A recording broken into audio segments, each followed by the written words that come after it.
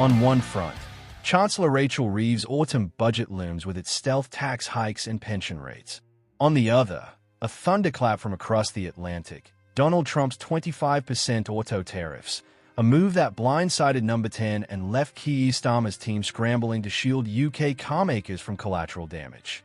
Reeves' budget plans, confirmed through Treasury leaks, reveal a fiscal drag masterstroke, extending frozen income tax threshold beyond 2028, pulling millions into higher brackets as wages rise. A NACE earning £35,000 today could face a 40% marginal rate by 2029. Pensioners aren't spared. The triple lock's inflation-busting rises will soon push state pensions above the frozen £12,570 personal allowance, forcing OAPs into income tax for the first time. Subscribe to our channel to be the first to be notified anytime we drop a new video.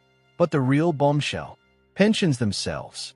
Treasury insiders whisper of plans to slash tax-free cash withdrawals from 25% to as low as £100,000, a move that could unravel retirement planning for a generation.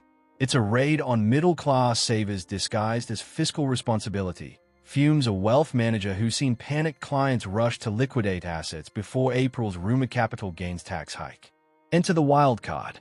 As Reeves finalizes her budget, Washington drops a grenade: 25% tariffs on UK car exports, retaliation for Britain's digital services tax, and perceived unfair subsidies for electric vehicles.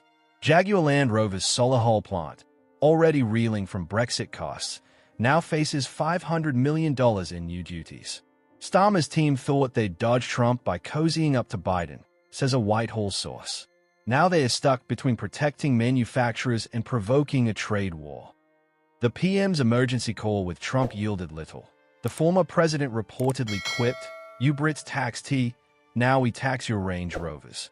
For Starmer, the timing couldn't be wise.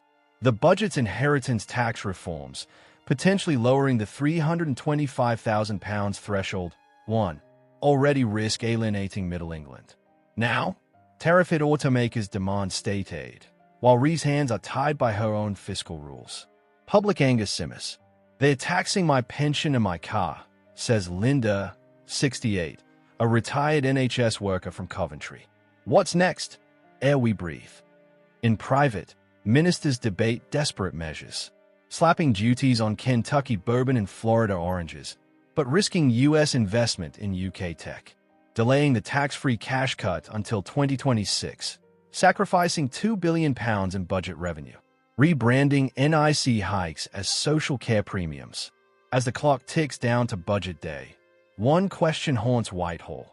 Can Starmer outmaneuver both Reeves' red boxes and Trump's tariffs without unraveling his economic credibility mantra? The answer may define not just a premiership, but Britain's place in a fragmenting global order. The moment has arrived to cease indulging Donald Trump.